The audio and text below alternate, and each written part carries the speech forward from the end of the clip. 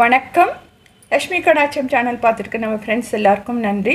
நானும் இந்த வீடியோ ரொம்ப சந்தோஷமாக ஹாப்பியாக பண்ணிகிட்ருக்கேன். ஏன்னா இந்த மாதம் பெண்களுக்கு ரொம்ப பிடிச்ச மாதம், தீபாவளி மாதம் மாதிரியே இந்த மாதம் ஒரு சிறந்த நாள் வருது.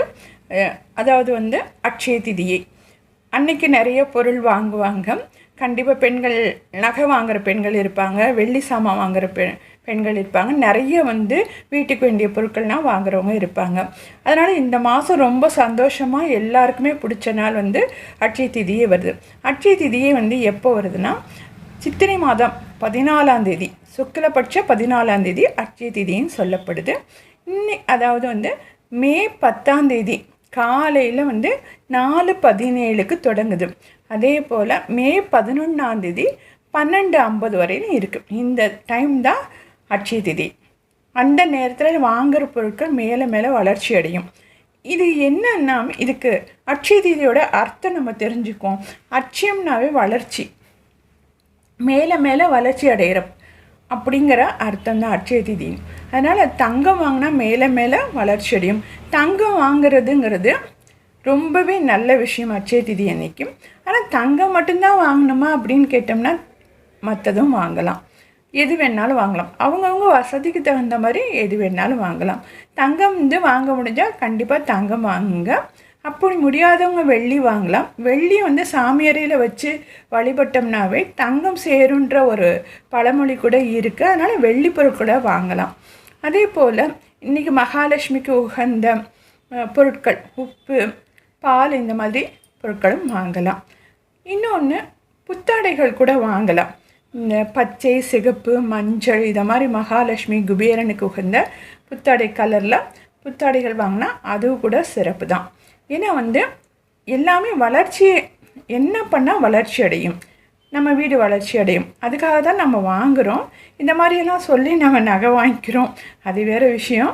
நகை வாங்கினா மேலே மேலே வளர்ச்சி அடையுங்கிறது ரொம்ப மிகப்பெரிய உண்மை. சில வாங்க முடியாதவங்க இந்த மாதிரியும் வாங்கலாம். அது அப்புறம் இன்னொன்று சில முக்கியமான விஷயங்களையும் தெரிஞ்சுக்கலாம். எவ்வளோதான் நம்ம சிரித்து பேசினாலும் இந்த விஷயங்களும் நம்ம தெரிஞ்சுக்கிட்டால் நல்லது. அதாவது ஒரு வளர்ச்சி அடையக்கூடிய நாளில் நம்ம எது செஞ்சாலுமே நல்லது.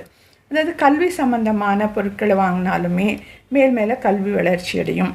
அதே போல் கணக்கு, கடை வச்சுருக்கவங்க கணக்கு எழுதுகிற நோட்டு, இந்த மாதிரியெல்லாம் வாங்கினா கூட ரொம்பவே சிறப்பு. அன்றைக்கி நம்ம என்ன செய்யணும்னா, நம்ம வீட்டில் இருக்க நம்ம புதுசாக வாங்கின தங்கம், பழைய தங்கம், நம்ம என்ன மாதிரி நகை வச்சுருந்தாலுமே அதெல்லாமே கூட பெண்களும் அந்த வீட்டில் இருக்க தெய்வங்களுக்கும் முன்னாடி வச்சு சாமி கும்பிட்டோம்னா மேலே மேலே வளர்ச்சி அடையும். புதுசாக தான் வாங்கணுன்ட்டு அவசியம் இல்லை. புதுசாக வாங்க முடிஞ்சால் வாங்க முடியாதவங்க ஏற்கனவே இருக்க தங்கத்தை கூட வச்சு சாமி முன்னாடி மேலே மேலே வளர்ச்சி அடையணும் வேண்டிக்கலாம். அதே போல் நெய்வேத்தியம்னா இனிப்பு வகைகள், பொங்கல் வைக்கலாம், கேசரி, பாயசம், இந்த மாதிரி இனிப்பு வகைகள், எது லட்டு, இந்த மாதிரியெல்லாம் வச்சா ரொம்பவே விசேஷம்.